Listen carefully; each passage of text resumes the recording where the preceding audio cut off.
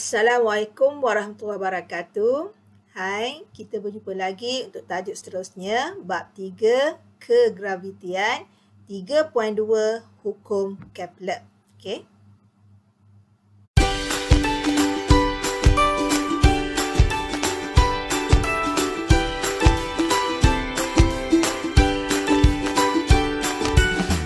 Agenda pembelajaran 3.21 menjelaskan hukum Kepler 1, 2 dan 3.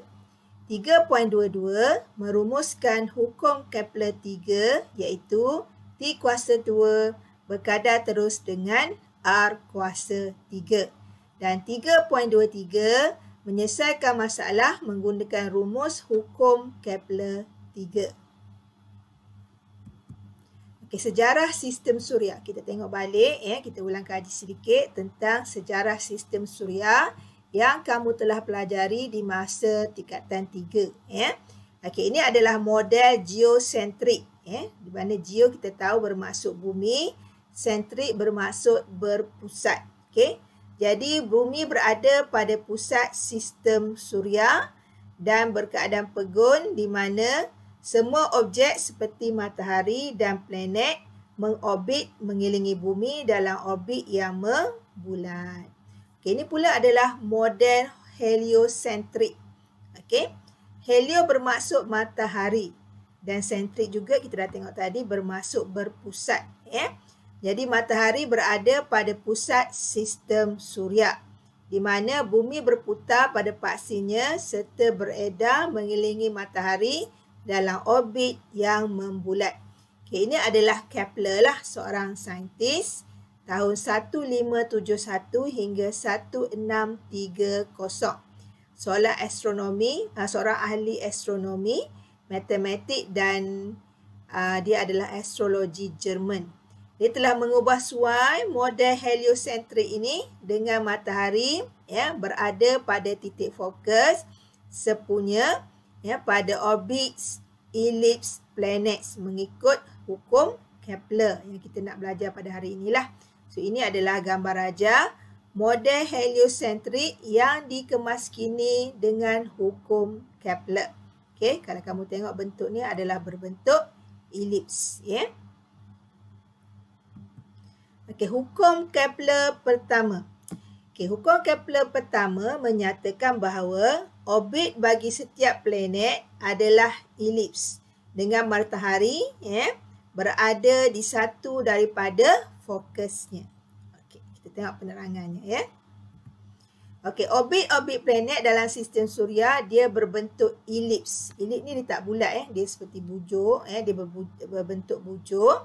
Jadi kebanyakan orbit planet dalam sistem suria mempunyai paksi major yang hampir sama dengan paksi minor. Major ni yang utamalah Kalau kamu tengok ni gambar rajah dia Ni adalah paksi major dan yang menegak ni adalah paksi minor. Kalau kita tengok hampir sama je lah Jadi bentuk elips orbit planet dalam sistem suria ni kita nampak dia hampir kepada bulat. Jadi apabila orbit planet-planet lain ni mengelilingi matahari, maka matahari sentiasa berada di satu titik fokus bagi elips tersebut. Kalau tengok gambar rajah ni, di sinilah matahari dia. Dia merupakan satu fokus bagi elips planet tersebutlah. Jadi planet-planet ni kita anggap dia membuat gerakan membulat mengelilingi matahari. Di mana jejari orbit ni sama dengan nilai purata jarak di antara planet dengan matahari. So ini adalah hukum Kepler pertama.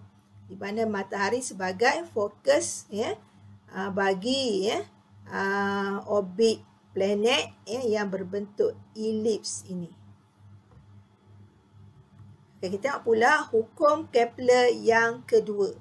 Okey, garis yang menyambungkan planet dengan matahari akan mencakupi luas yang sama dalam selang masa yang sama apabila planet ini bergerak dalam orbit dia. Okey. Jadi apa maksud dia ya? Jadi kita tengok penerangan dia. Jika sebuah planet dia ambil masa yang sama ya untuk bergerak, anda boleh tengok gambar rajah ni ya, daripada A ke B yang sebelah kiri tu ya, dan C ke D yang di sebelah kanan, maka ya luas kawasan A, F, B ya sama je ya dengan kawasan C, F, D. Walaupun kita nampak C, F, D ni dia lebih panjang ya. Jadi masa dia saya cikgu tulis secara simbol lah T ya. TAB sama dengan masa CD ya. Di mana menyebabkan luas luas AFB yang kita nampak kecil ni ya, sama je dengan luas ACFD. A tu luas lah ya. Maka ya disebabkan itu ya, jarak AB ni dia lebih besar daripada jarak CD. Okey, cikgu tulis jarak ni simbol S ya. So S ataupun jarak AB ni dia lebih besar daripada CD. Tengok pergerakan ni pun kita tahu ya, garisan ni pun dah kita tahu ya. Manakala laju linear planet bergerak pula ya, bagi hukum Kepler kedua ni ya, AB dia ya lebih besar daripada CD. Sebab jarak dia lebih besar AB ni, maka laju dia juga lebih besar ya. Jadi ini adalah hukum Kepler kedua ya. Okey, hukum Kepler ketiga menyatakan bahawa kuasa 2 tempoh orbit planet adalah berkadar terus dengan kuasa 3 jejari orbitnya. Jadi secara simbol kita tulis T kuasa 2 berkadar terus dengan R kuasa 3. T ialah tempoh, R ialah jejari. Okay, ini adalah peredaran planet-planet mengelilingi matahari dengan ya, masanya yang masing-masing. Okey, anda boleh tengok gambar ni dengan lebih jelas lah dalam buku teks anda ya. Jadi kalau anda tengok semakin jauh kedudukan dia, maka semakin lama lah ya tempoh peredaran planet-planet tersebut. Sebab tu dia kata dia berkadar terus dengan jejari dia ya, daripada planet daripada matahari ya.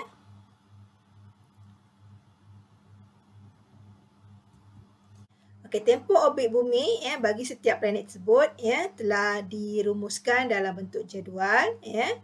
Nilai dia ya ataupun unit dia adalah dalam tahun ya. Jadi nilai planet utarik tempoh orbit dia ialah 0.2 tahun. Okey, Zurah 0.6 tahun. Okey, bumi 1 tahun ya. Marikh 1.9 tahun. Okey, Mustari 11.9 tahun. Okey, Zuhal 29.5, Uranus 84 tahun ya. Manakala Neptun paling lamalah ya 164.8 tahun. So tempoh ni ya dia bergantung kepada jejari ya orbit dia ya mengelilingi matahari ya. Jadi planet yang lebih jauh daripada matahari dia mengambil masa yang lebih lama ya untuk melengkapkan satu orbit ya bagi mengelilingi matahari. Okey, kita nak tengok dia punya rumus ya, rumus yang terlibat. Jadi kita terbitkan menggunakan ya hukum kegravitian semester Newton dan konsep gerakan membulat ya. Di mana planet dianggap bergerak dalam orbit bulat mengelilingi matahari. Okey. Jadi kita tahu nilai dari graviti kita dah tengok rumus dia dalam tajuk 3.1 ya, iaitu F sama dengan G M besar jisim bumi M objek lain bagi dengan R kuasa 2 ya. Manakala dari memusat sama dengan F sama dengan MV kuasa 2 bagi dengan R. Okey, dari graviti ni sama dengan dari memusat, maka kita samakan persamaan dia lah ya. Jadi kita susun atur nilai dia iaitu V kuasa 2 sama dengan GM besar M kecil R bagi dengan MR kuasa 2. Dan kita batalkan faktor yang sama. So, M kita batalkan, R kita batalkan, maka R bawah ni jadi 1. Maka dapatlah ya satu persamaan V kuasa 2 sama dengan GM bagi dengan R. Okey, ini adalah merupakan persamaan yang pertama. Okey, seterusnya kita tengok ya, laju linear planet V adalah jarak yang dilalui dalam satu orbit lengkap ya bagi dengan tempoh orbit T besar ya. Dia punya simbol. So laju linear planet V ialah ya secara matematik kita tulis 2 pi R bagi dengan T. T besar lah tempoh tadi ya. So ini adalah persamaan yang kedua. Okey, sekarang ya kita gantikan persamaan 2 ke dalam 1 ya, iaitu V kuasa 2 tadi ya. So 2 pi R bagi dengan T kita kuasa 2 kan sama dengan GM per R ya. Dan kita susun atur lah ya. So tempoh ni kita dapat T kuasa 2 sama dengan 4 pi kuasa 2 bagi dengan GM ya kali dengan R3 ya. So GM ni adalah mala ya, di mana nilai T kuasa 2 berkadar terus dengan R kuasa 3 dan ini merupakan hukum Kepler. Okey, rumusan hukum Kepler ketiga ya. Ini adalah rumusan dia ya. Jadi hukum Kepler ketiga kita dah tengok ya. Tempoh ni dia berkadar terus dengan jejari dia ya. Jejari dia mengorbit lah ya. Jadi daripada kita dapat rumuskan dengan menyamakan daya memusat ya. F sama mv kuasa 2 bagi R. Daya graviti F G M M besar M kecil bagi R kuasa 2. Maka yang ni kita dapat tadi. Dan akhirnya ya kamu dapat T kuasa 2 sama dengan 4 pi kuasa 2 bagi GM R kuasa 3. Yang ni kita dah tengok tadi. Di mana ya bila kita nak jadikan dia satu persamaan, maka T kuasa 2 sama dengan K. K ni pemala lah. K R kuasa 3. Ya. Iaitu pemala 4 pi bagi GM ni adalah pemala. Ya. Jadi kita boleh tulis secara ringkas T kuasa 2 sama dengan KR kuasa 3. Di mana ya rumusan dia, apabila kita aplikasikan sistem planet dengan matahari, maka M besar tadi adalah jisim matahari. Tapi apabila kita aplikasikan kepada sistem satelit dan bumi, maka M besar tadi adalah jisim bumi. Ya, ini bagi M tadilah, M huruf besar ya. Okey, penyelesaian masalah yang menggunakan rumus hukum Kepler ketiga.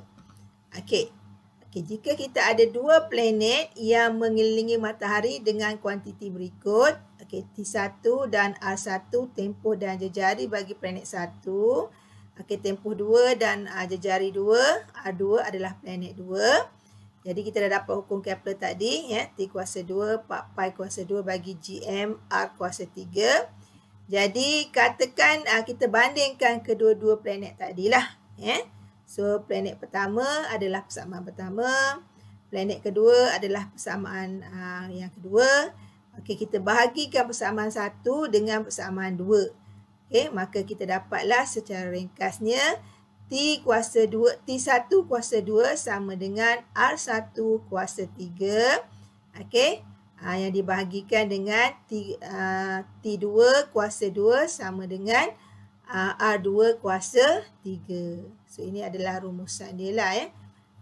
Melibatkan hukum Kepler ketiga. Saya ada tulis kat tepi ni sebenarnya ya.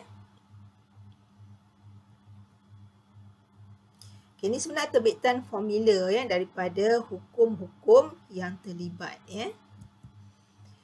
Jadi kita tengok balik formula yang kita dapat tadi ya. Jadi rumus ni sebenarnya kita boleh gunakan untuk menghitung tempoh orbit T ataupun jejari. Dalam formula ni ada T dengan R je kelas. Cuma T untuk planet mana? Jejari untuk planet mana? Dia melibatkan dua planet ya. Jadi bagi planet yang mengorbit matahari, okay, R ni adalah jarak antara pusat planet dengan pusat matahari. Okey. Kalau permasalahan itu melibatkan satelit yang mengorbit bumi pula, Okey, R tu pula kita masukkan nilai apa? Iaitu nilai R besar tambah H. R besar ni jejari bumi lah. Jarak antara pusat bumi dengan pusat satelit. Maknanya R jejari bumi dengan ketinggian daripada permukaan bumi dengan ketinggian di mana satelit itu berada. Okey, ini sebenarnya kita dah tengok dalam 3.1 lah ya. Dan R ialah jejari bumi, nilai dia dalam kilometer 637 kilometer, dan H adalah ketinggian satelit daripada permukaan bumi hinggalah di mana satelit itu berada, itu adalah H ya. Jadi kita detailkan tentang rumus ya, hukum Kepler ketiga ni ya. Okey, contoh ya. Jadi contoh pengiraan satu satelit geopegun iaitu satelit segerak ya. Ini gambar dia. Dia mengorbit bumi dalam tempoh 24 jam. Oleh itu satelit ini sentiasa berada sama titik di atas permukaan bumi. Dia nak kamu hitungkan jejari satelit yang mengorbit tadilah. Okey, jadi tempoh orbit satelit tadi 24 jam. Okey. Tempoh orbit bulan pula T1 Ini untuk tempoh bagi satelit. Kalau untuk bulan 655.2 jam. Okey, jejari orbit bulan 3.83 kali 1008 meter. Okey, berapa jejari orbit satelit? Okey, semua maklumat ni dah ada, kita masukkan saja dalam formula. Okey, T kuasa 2 ni T1 ni kita kuasa 2 kan. Yang bawah ni pun sama, 24 ni kita kuasa 2 kan untuk tempoh yang kedua. Okey, untuk R ni, R1 kita kuasa 3 lah sebab formula dia kuasa 3 ya. Dan kita nak jejari orbit satelit R2 ya. Iaitu R kuasa 3 secara formula. Jadi kamu kira lah nilai dia. So dapat R dia 4.2 kali 10 kuasa 7 meter. Okey, ini adalah penggunaan rumus ya, hukum Kepler ketiga dalam penyelesaian masalah. Okey, itu sahaja daripada cikgu. Terima kasih kerana sudi menonton ya. Semoga video ini mendatangkan ya manfaat kepada kamu, dan sebagai tanda sokongan ya, silalah tekan butang like ya, dan juga butang notification dan subscribe. Okey, jumpa lagi di video yang seterusnya ya. Semoga ya kamu dapat belajar walaupun berada di rumah ya. InsyaAllah ya, mendatangkan semua apa yang kita kongsikan ini dapat mendatangkan manfaat kepada kamu semua. Assalamualaikum. Bye.